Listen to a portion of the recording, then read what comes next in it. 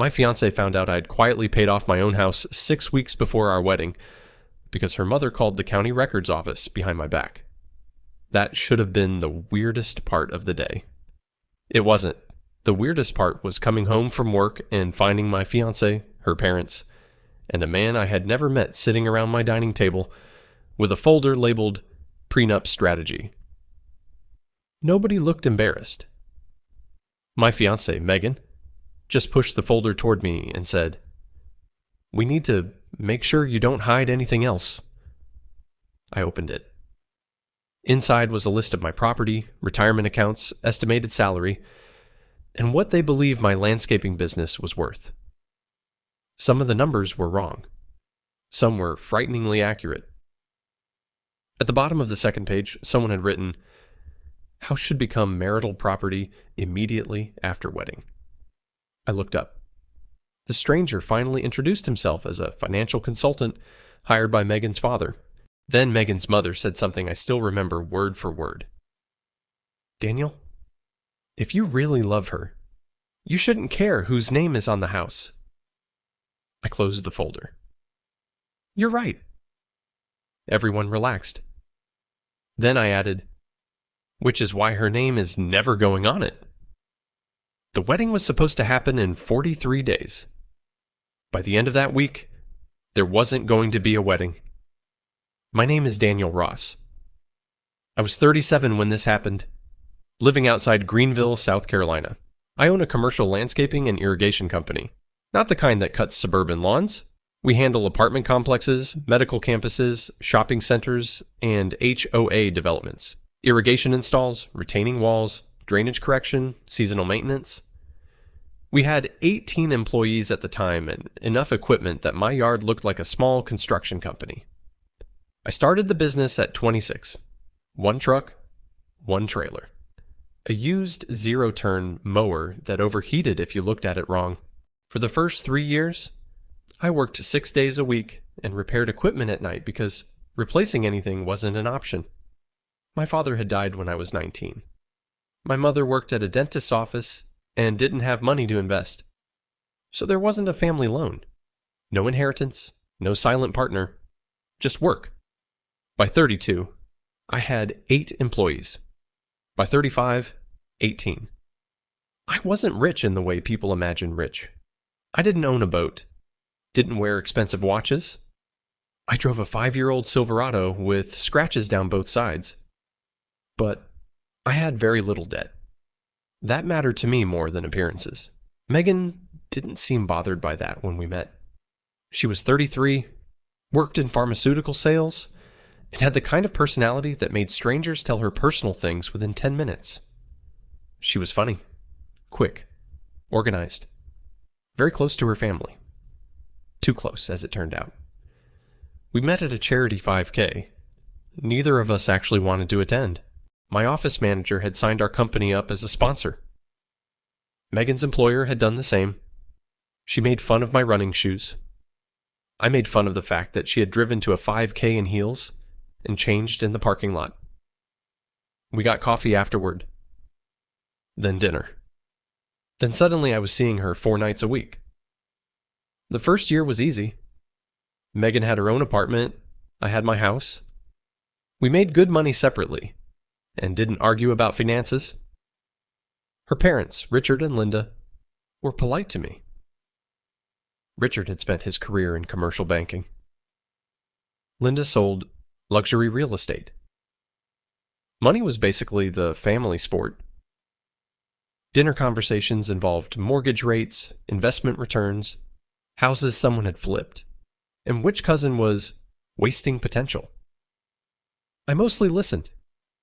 They assumed landscaping meant I was doing okay, but not particularly well. That was fine. I learned a long time ago that people who underestimate you usually reveal more than people trying to impress you. The first uncomfortable moment came about 8 months into our relationship. Linda was at my house for dinner and asked what I owed on the mortgage.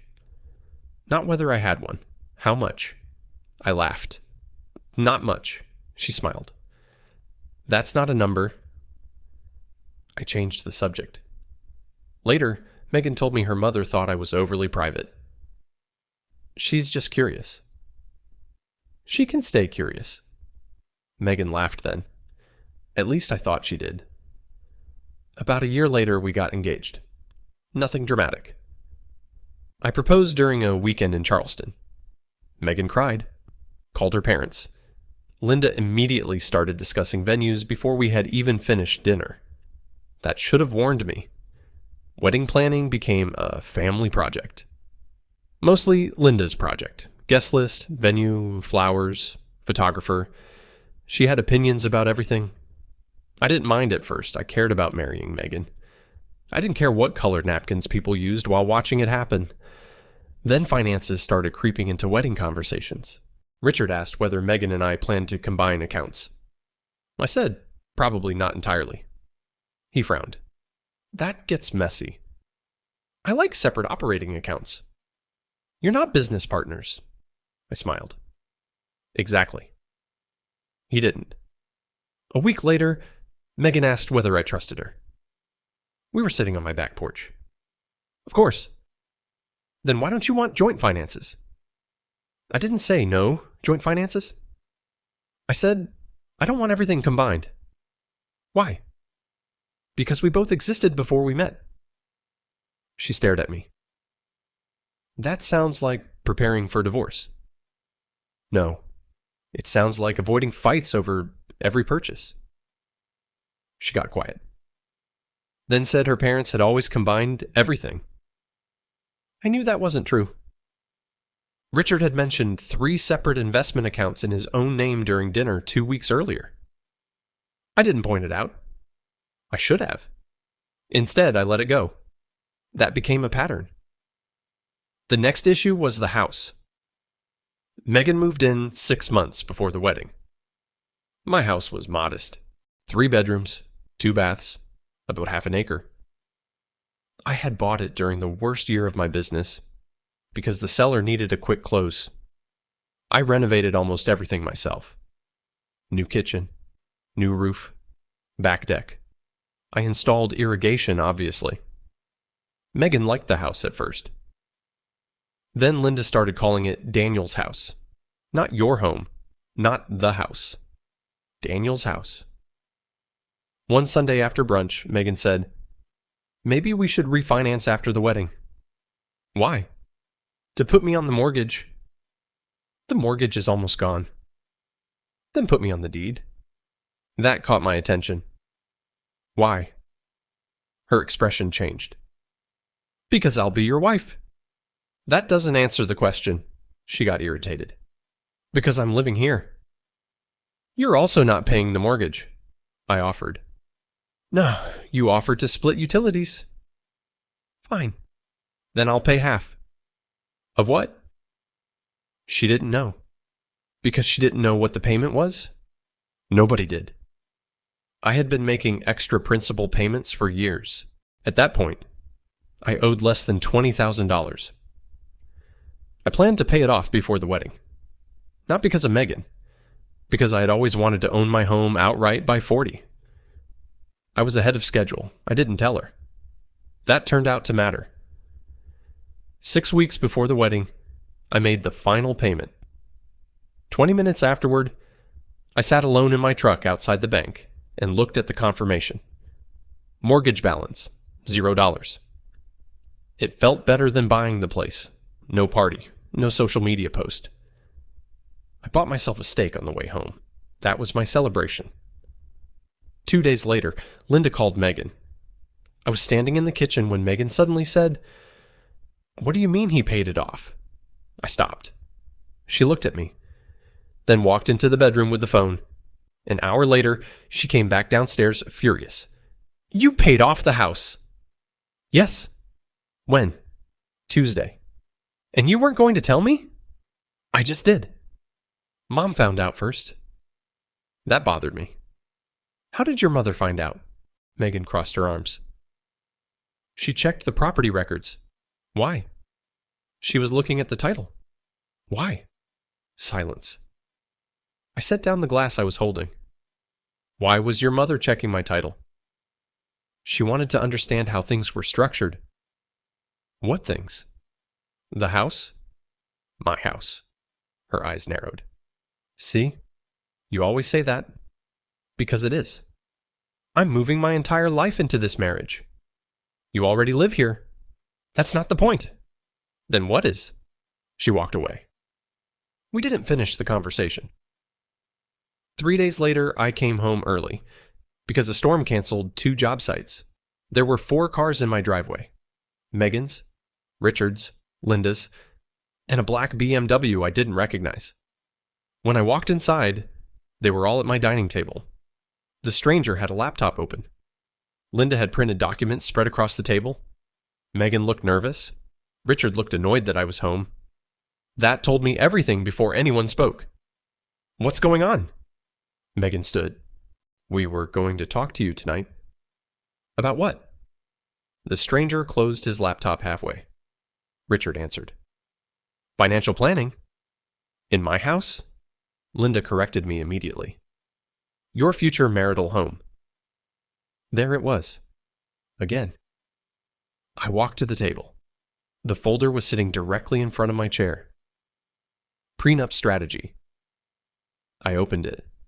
My house, my business, my estimated retirement accounts, my truck, equipment values, even a parcel of land my company had bought for a future storage yard. I looked at Megan. Where did this come from? She glanced at her father. Richard answered. Public records and reasonable estimates. You researched me. We're protecting our daughter. From what? Nobody answered. I turned another page, then saw the handwritten note. House should become marital property immediately after wedding. I read it twice, then looked at the stranger. And you are?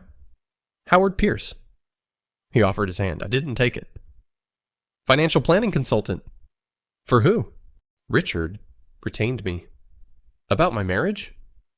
Howard shifted in his chair. Asset integration. I almost laughed. That was a creative phrase. Megan finally spoke. We were going to ask you to sign something too. What? A marital property agreement. You mean the opposite of a prenup. It would protect both of us. How? If we're married, we shouldn't have separate lives. I looked at her. You have your own investment account? That's different. Of course it was. Richard leaned forward. Daniel, you're being defensive. No. I closed the folder. I'm becoming informed. Linda sighed. If you really love Megan, you shouldn't care whose name is on the house. I looked at her, then at Richard, then at Megan. 3 people sitting inside a house I had paid for, explaining why ownership shouldn't matter, now that the mortgage was gone. You're right. Linda relaxed. Megan did too. I continued. Which is why Megan's name is never going on it. Nobody spoke. Then Richard said, That's unacceptable. I looked at him. To who? He actually looked surprised by the question. To the family. I nodded. That was when I understood the real problem. They didn't see the wedding as 2 adults getting married. They saw it as an acquisition. And I had just refused the deal. I picked up the folder. This meeting is over. Megan stared at me. Daniel, your parents leave. Her face changed. And Howard leaves. Richard stood. You don't talk to us like that. In my house? I looked directly at Linda. Apparently, that distinction matters after all.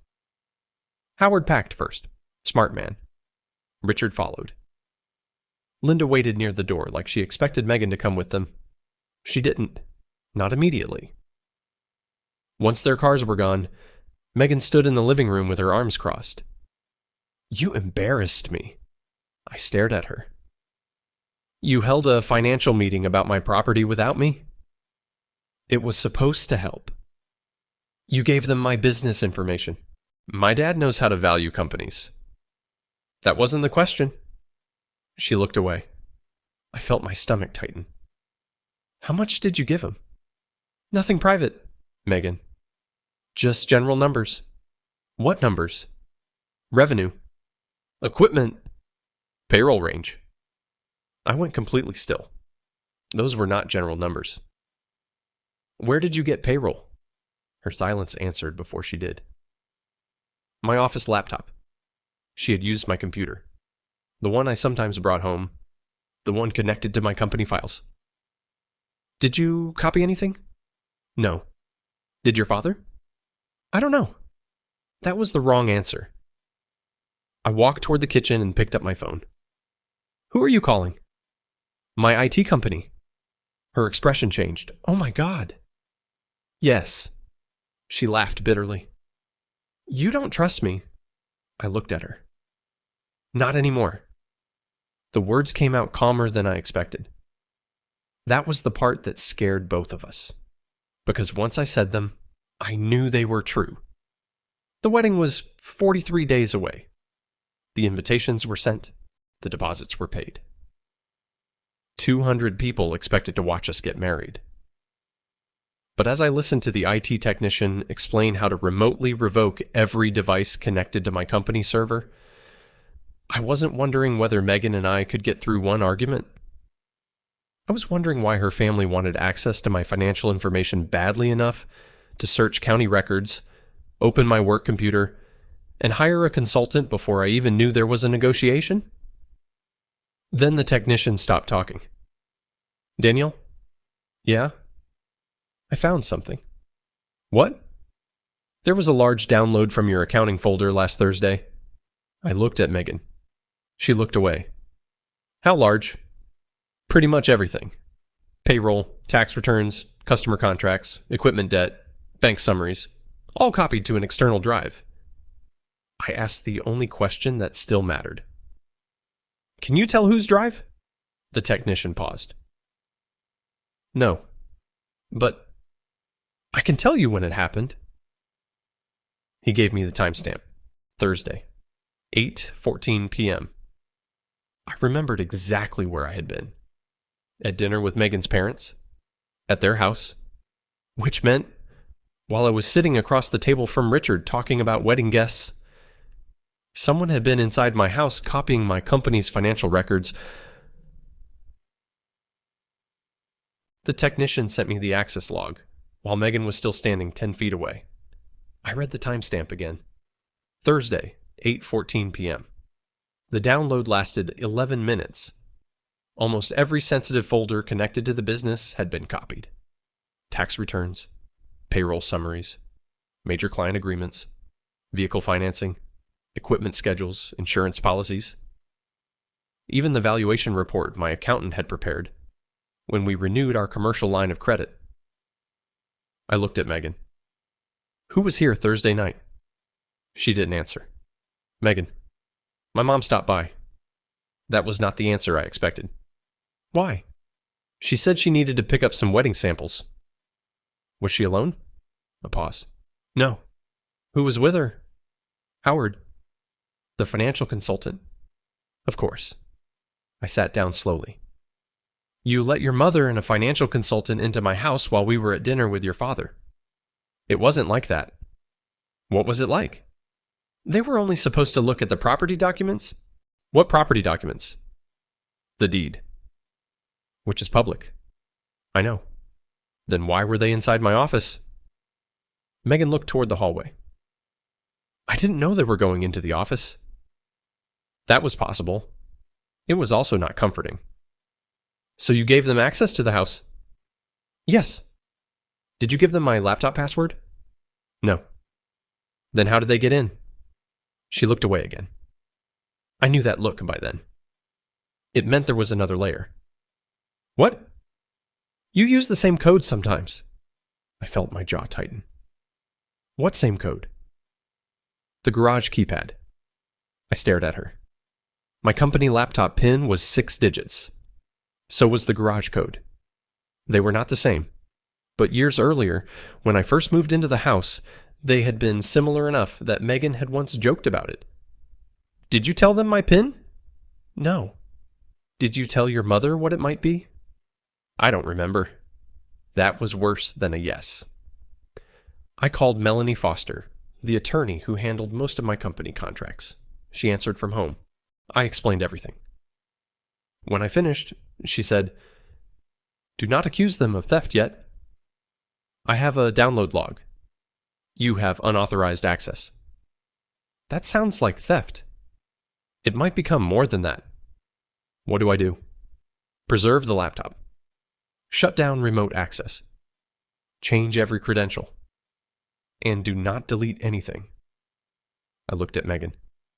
What about the wedding? Melanie went quiet for a second. That isn't a legal question. I know. Then she added, but if someone copied your company records 43 days before marrying you, I'd postpone making any permanent legal commitments until you understand why. That was the most lawyer way possible to say, cancel the wedding. Megan slept in the guest room that night. I barely slept at all. At 3 a.m, I was sitting at the kitchen island going through the folder from the dining room meeting. Most of it was just estimates, house value, business value, retirement, income. But one page bothered me. It was a projected marital integration timeline. Month 1 after wedding, add spouse to residence title. Month 2, consolidate primary checking. Month 3, establish joint investment account. Month 6, review business ownership/equity participation. That wasn't financial planning. It was a sequence, a roadmap, and it assumed I had already agreed. The next section was even stranger. Liquidity event scenarios, sale of business, partial equity transfer, expansion financing, death/disability.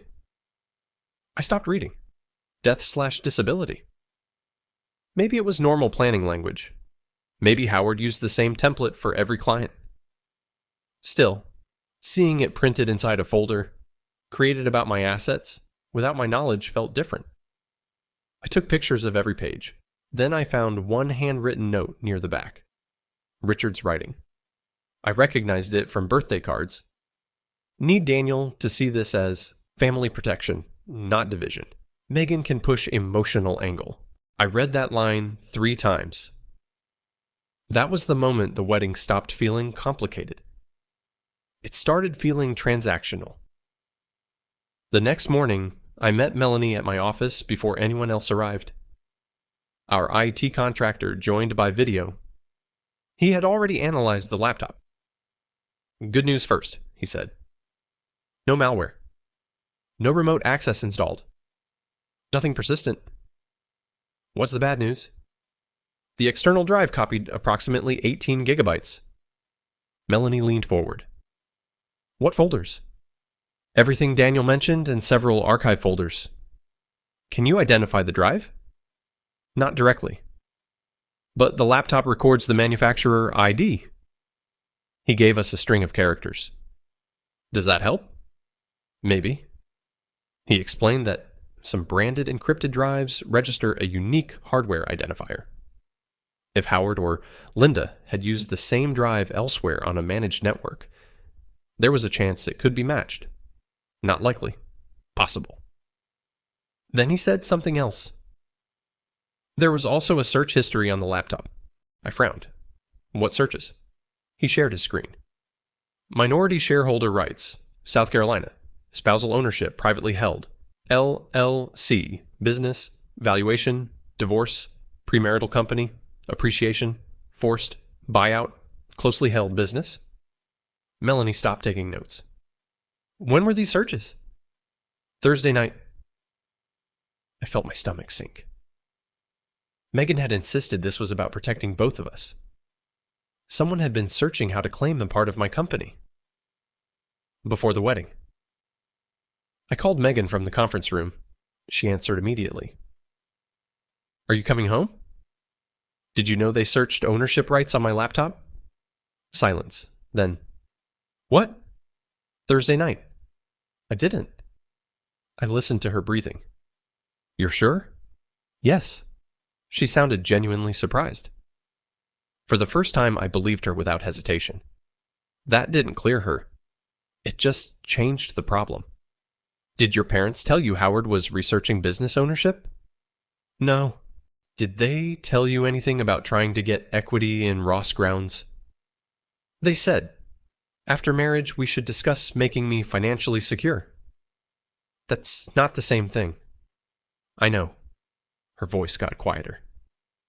Daniel, I think they went further than I realized. I leaned back. Why did you give them the revenue numbers? Because Dad said he needed them to draft a fair prenup. A prenup? Yes. I looked at Melanie. She raised an eyebrow. That was new. You told me they wanted a marital property agreement. They did. Which one? Both. I closed my eyes. Explain. Megan took a breath. My parents thought if you insisted on a prenup, then we should have our own version ready. Our own version. I know how that sounds. It sounds like negotiation strategy. That's what Dad called it. Of course he did. So, the meeting yesterday was supposed to show you what they thought was fair. Without telling me you had already built a counterproposal? Yes. At least she was finally answering directly. Then she said something I didn't expect. I didn't know they copied files. I believe that too. Again, not enough. Then you need to ask them. I will. No. I looked through the glass wall at my employees arriving for work. You need to decide whether you're willing to tell me the truth before you ask them what story to give you. She went quiet, then said, That's fair. Around lunch, Richard called. I didn't answer. Then Linda. Then Howard. Interesting order. I forwarded all 3 numbers to Melanie. She told me not to engage yet. At 2:30, Richard walked into my office anyway. My receptionist, Tessa, called before sending him back. Your future father-in-law is here. Don't send him. Too late. I could already hear him in the hallway. Richard entered without knocking. This has gotten ridiculous. I stayed behind my desk. Leave. He stared at me. We need to talk, like adults. You entered my office systems without permission. I did no such thing. You hired Howard. Yes. You arranged Thursday night. His expression changed. Barely. Enough. Who told you that? The computer. Richard looked toward the laptop on my desk, then sighed. Daniel, sit down. I am sitting. He ignored that. Nothing criminal happened. That was an interesting phrase for someone I hadn't accused of a crime. What happened? Howard reviewed documents. On my work computer. With Linda present. Did you tell them to? I told them to understand your financial position. Without me. You've been secretive from day one? I almost laughed. My business tax returns aren't wedding planning documents. You're marrying my daughter. That doesn't make you an owner. Richard's face hardened. Nobody said it did. Then why search minority shareholder rights? He stopped. There it was. I continued. Why search forced buyouts? No answer. Why does your plan say Megan should use the emotional angle? His jaw tightened. You went through my notes. They were left on my dining table. That was private strategy. I stared at him. He actually said it. Private strategy. About my property. Inside my house. I stood. We're done. You're making a huge mistake. Maybe. If you cancel this wedding over paperwork, you'll regret it. I walked toward the door. Richard didn't move. Then he lowered his voice. You think you built that company alone? I stopped. What? Megan supported you. She didn't even know me when I started it. She helped you grow. No? She gave you stability. I almost smiled. I thought you said helping doesn't matter if ownership isn't documented. He looked confused. That's what you're your strategy folder says about my house." His face went red. "Don't twist my words. I'm using them." He finally moved toward the door. Before leaving, he turned back. "You're not the only person with leverage." That line stayed with me. Not because it sounded threatening, because it sounded specific. 3 hours later, I found out what he meant. Tessa knocked on my office door. "There's a certified letter for you." I opened it. It came from a law firm in Colombia. The letter alleged that Megan had contributed substantial unpaid labor to Ross Grounds over the previous 3 years and might be entitled to compensation or equitable interest. I read it twice. Megan had never worked for Ross Grounds. Not one day. Then I saw the supporting attachment. Timesheets, hundreds of hours, strategic planning, marketing consulting, administrative services. Every sheet carried Megan's signature. Some also carried mine, except I had never signed them. I called her immediately. She answered, crying. "Daniel, I didn't send that." "Did you sign the timesheets?" "No." "Did your father create them?" "I don't know." "Find out." Then she said the sentence that finally made everything click. "He has copies of my old signature files." I went silent. What signature files? From the family business. Richard had scanned signatures for payroll and corporate paperwork years earlier, including Megan's. And apparently he had access to enough of mine from wedding contracts and vendor deposits to imitate mine too. This wasn't Megan trying to take half my company. Not exactly. Her father had built a legal pressure campaign before the wedding even happened. And if I hadn't come home early because of a thunderstorm, I might have married into it before I knew any of it existed. I canceled the wedding the next morning. Not postponed. Canceled. There was no point pretending 43 days would fix something that had clearly been broken for months. I called the venue first, then the caterer, then the photographer. Every conversation was awkward in exactly the same way. "Oh, I'm so sorry." "No, it's okay." "Are you sure?" "Yes." By 10:30, we had lost almost $12,000 in deposits. It was still cheaper than getting married under those circumstances. Megan called while I was speaking with the florist. I ignored it. Then she texted. "Dad says the legal letter wasn't supposed to be sent yet." I stared at that sentence. Not he didn't send it. Not this is a misunderstanding. It wasn't supposed to be sent yet. I forwarded the message to Melanie. She replied almost immediately, "Do not answer. Save it." Then another text came from Megan. I swear I didn't know he had gone this far. That one I believed. Unfortunately, believing her didn't solve anything. Because she had still handed her father financial information. She had still given her mother access to my house. She had still participated in planning a post-marriage asset strategy behind my back. Maybe she hadn't built the weapon. She had still opened the door for the person who did. By noon, Melanie had contacted the law firm that sent the compensation claim. Their attorney sounded embarrassed. Apparently, Richard had represented himself as acting with Megan's full authorization. He had provided signed engagement documents. Those signatures were now being disputed too. Can he just do that? I asked. People can submit almost anything. Melanie closed the folder. Whether it survives scrutiny is another question. What happens to the claim? They've withdrawn it pending verification. That fast? They don't want to be holding forged evidence. That was reassuring. Then she added, "But I want you to understand something." What? Your future father-in-law created records designed to establish a financial claim against your company. I nodded. I know. No. She leaned forward. I don't mean emotionally.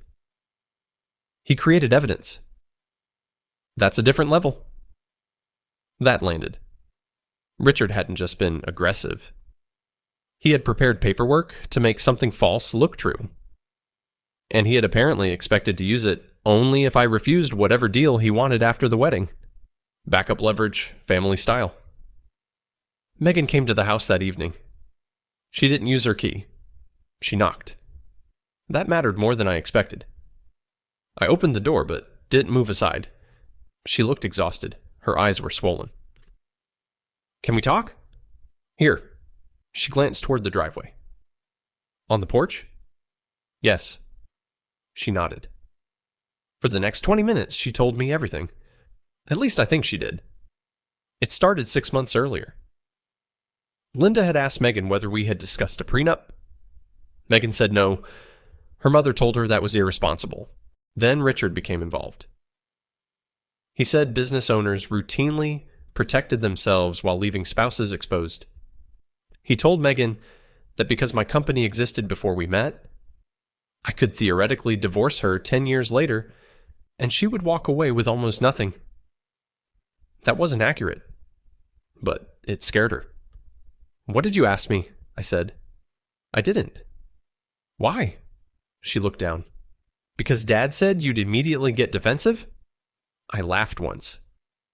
"So instead of risking me getting defensive, you secretly researched my assets." "I know how that sounds." "It sounds exactly like what happened."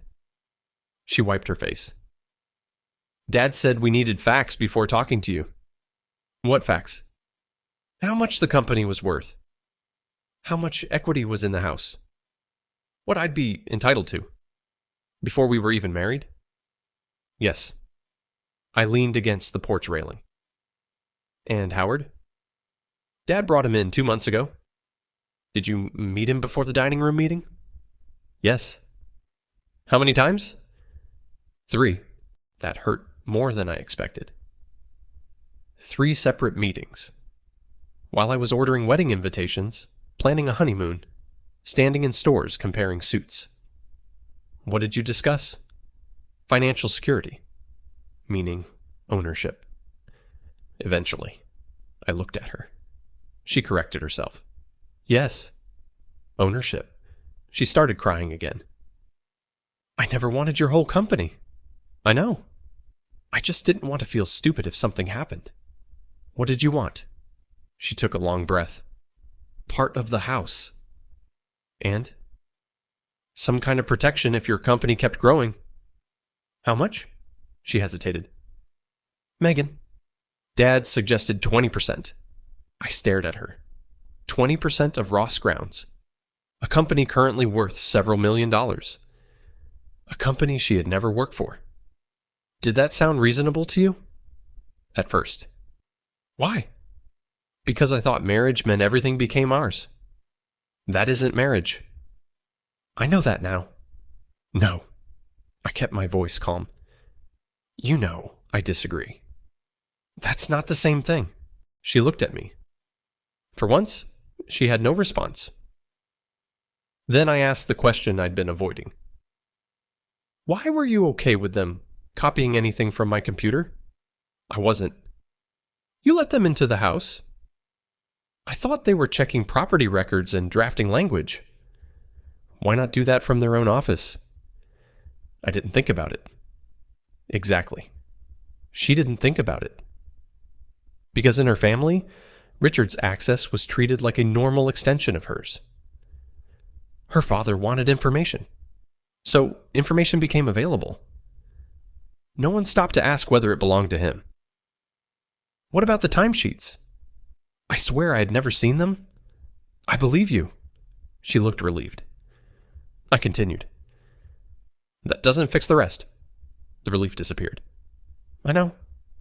We stood there quietly for a while. Finally, she asked, Is the wedding really canceled? Yes. She closed her eyes. Do you still love me? That was harder. Yes. Her face broke. I hated that. Because love was still there. Trust wasn't. And for the first time in my life, I understood how little one could do without the other. Can we start over? She asked. I don't know. I'll cut my parents off. Don't do that for me. I want to. Then do it because you've decided they crossed a line. I have. Good.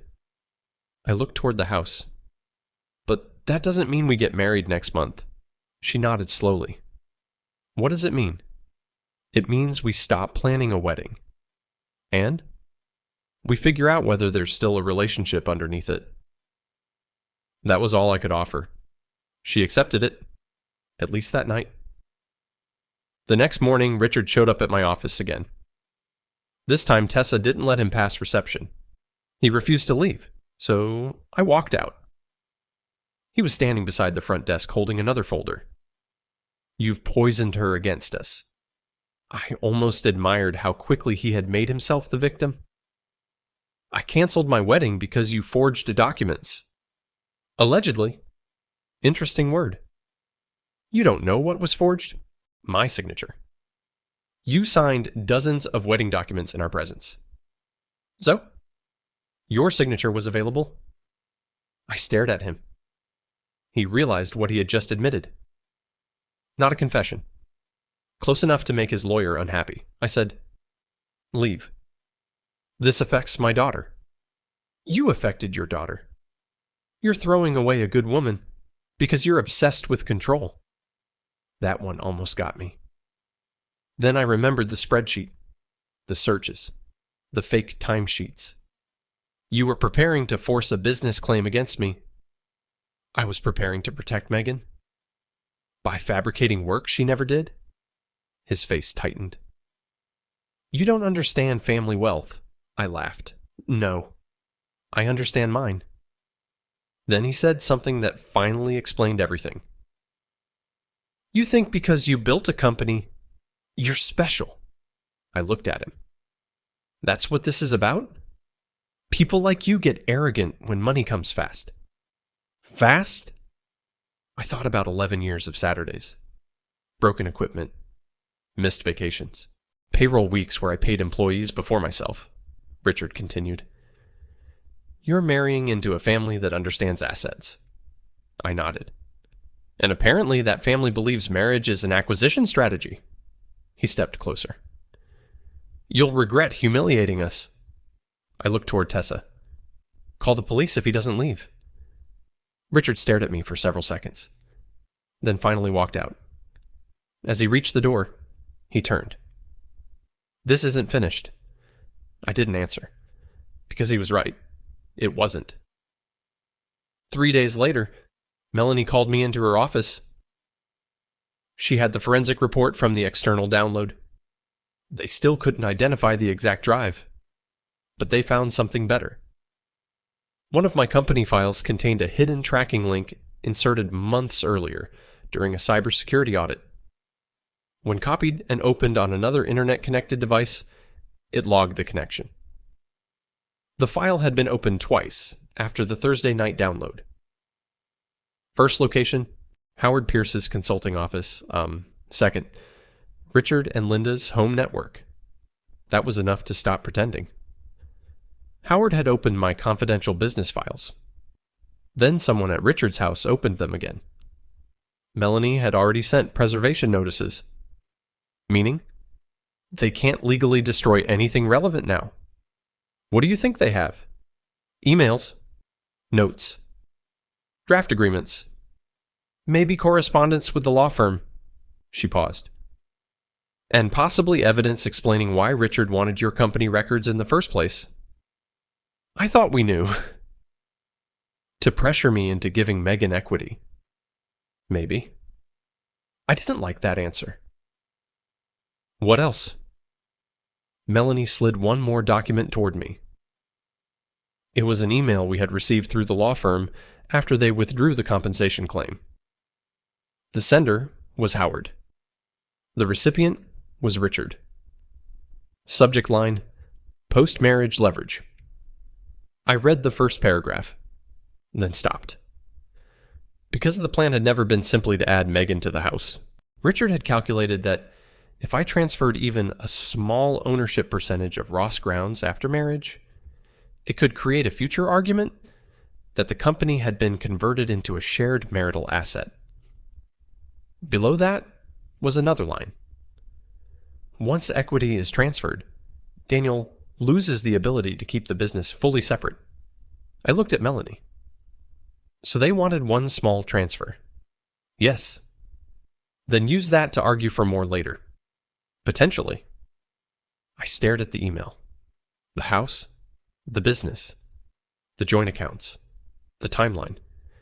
It was all designed to create little points of access until the financial boundaries disappeared completely. I had thought Richard wanted his daughter protected. Maybe part of him did. But he had gone far beyond protection. He was trying to restructure my life before I even became his son-in-law. And according to the final sentence in the email, Megan wasn't the only person he expected to benefit. Richard had written, "Long-term, this also gives the family a foothold in Daniel's company if we ever need liquidity." I read it twice, then a third time. There it was. Not Megan. The family. He hadn't been protecting his daughter from me. He had been trying to turn my company into something his family could eventually use. I didn't call Richard. I didn't call Howard. I didn't call Megan. For the first time since this started, I stopped reacting and let my attorney take over. Melanie sent preservation notices to Richard, Linda, Howard, and the law firm that had mailed the fabricated compensation claim. Within 48 hours, their attorneys were involved. That changed everything. People who had been confident suddenly became careful. Nobody wanted to explain why confidential business records had been copied without permission. Nobody wanted to explain the fake timesheets. And nobody wanted to explain the email with the subject line post-marriage leverage.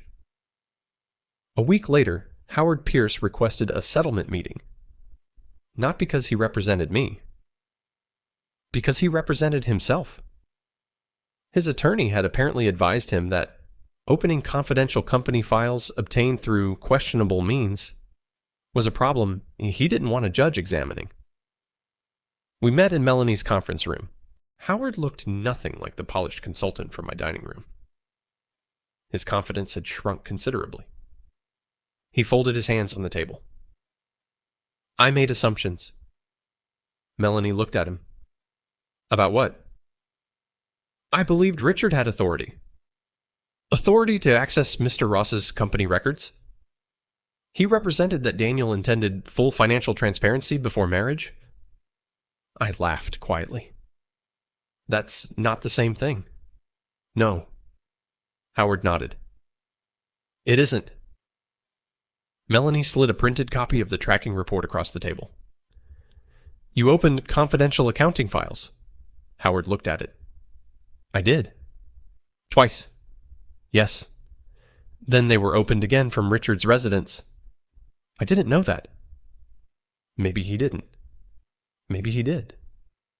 At that point, it barely mattered. What exactly were you trying to accomplish? I asked. Howard answered without looking up. I was asked to develop a framework that would protect Megan if the marriage failed. And the searches about shareholder rights, they were legal research. The email about gaining a foothold in my company? Howard finally looked at me. I didn't write that. No, he hadn't. Richard had. Richard was far less cooperative. His attorney denied everything at first. Then the tracking report surfaced. Then the draft agreements. Then the email chain. The story slowly changed. He admitted researching my business. He admitted preparing alternative financial proposals. He admitted collecting public information. He denied authorizing any forged documents. That denial lasted until Melanie produced metadata from one of the fabricated timesheets. The original draft had been created on Richard's office computer, not Howard's, not Megan's, his. After that, negotiations became noticeably shorter. Megan moved into a small apartment across town. We didn't speak for almost 3 weeks. Then she sent one message. I'm not asking you to come back. I just want to apologize without my parents speaking for me. I agreed to meet, not for dinner, not somewhere romantic. A coffee shop halfway between our homes. She looked different, not because of makeup or clothes, quieter. She sat down and placed a folder on the table. I brought everything. Inside were emails, text messages, handwritten notes from wedding planning meetings, and a notebook she'd kept for months. I've already given copies to my attorney. I nodded. I wanted you to have them too. There were pages where Richard had outlined asset transition milestones. Pages where Linda reminded Megan to think long term. And one sentence written in Richard's handwriting that explained almost everything. Emotion wins conversations. Paper wins court. Prepare both. I closed the notebook. When did you realize this wasn't normal? She smiled sadly. The day you asked why Dad needed your payroll records. You hadn't wondered? I convinced myself there had to be a reasonable explanation. I nodded. I've done that before, too. She looked surprised. You have? People don't ignore obvious problems because they're stupid. They ignore them because the truth is expensive. For a second, neither of us spoke. Then she quietly asked, Is there any chance we'll ever fix this? I answered honestly. I don't know. She nodded once. I figured. Over the next several months, the legal pieces slowly settled. The fabricated compensation claim was formally withdrawn. Howard's consulting firm quietly dissolved. Richard reimbursed my legal fees through a confidential settlement after his attorney realized discovery would expose far more than anyone wanted made public. No court ever ruled on whether every document had been forged. It didn't need to. Enough evidence existed that nobody wanted to keep arguing. The wedding deposits were gone. The relationship wasn't, not entirely. It was simply paused. For the right reasons this time. About 8 months later, Ross Grounds won the largest maintenance contract in company history. A regional hospital network. 32 properties. The kind of contract I'd dreamed about when I was mowing apartment complexes by myself. After signing the agreement, I walked through the equipment yard before heading home. Every truck, every trailer, every irrigation machine, every employee. I realized something. The company had survived because it had always been built with clear boundaries, written contracts, documented approvals, separate accounts. The only place I hadn't insisted on those same standards was my personal life. I had assumed love automatically created trust. It doesn't. Trust comes from honesty, boundaries, respect, the same things that keep businesses healthy. Almost a year after the canceled wedding, my phone rang. It was Megan. I just wanted you to know something. What? My parents are selling their house. Okay. I'm moving to Colorado. For work. I smiled. Congratulations. She laughed softly. That's probably not the response I expected. What were you expecting? I don't know. Maybe anger. I don't have any left. She was quiet for a moment. Neither do I. Before hanging up, she said one last thing. I spent years believing loyalty meant never questioning my family. And now? I think real loyalty tells people when they're wrong. I think you're right. We wished each other well. That was it. No dramatic ending. No last-minute reunion. Some relationships don't end because two people stop caring about each other. They end because too many other people were allowed into places they never belonged. Looking back, paying off my mortgage wasn't the event that changed my life. It simply exposed what had already been happening behind the scenes. The real lesson wasn't about prenups or property. It was much simpler. The person you marry doesn't just bring themselves into your life. They bring the people they're willing to let make decisions for them.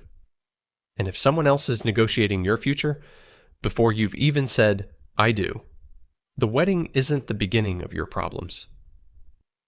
It's the deadline you were lucky enough not to reach.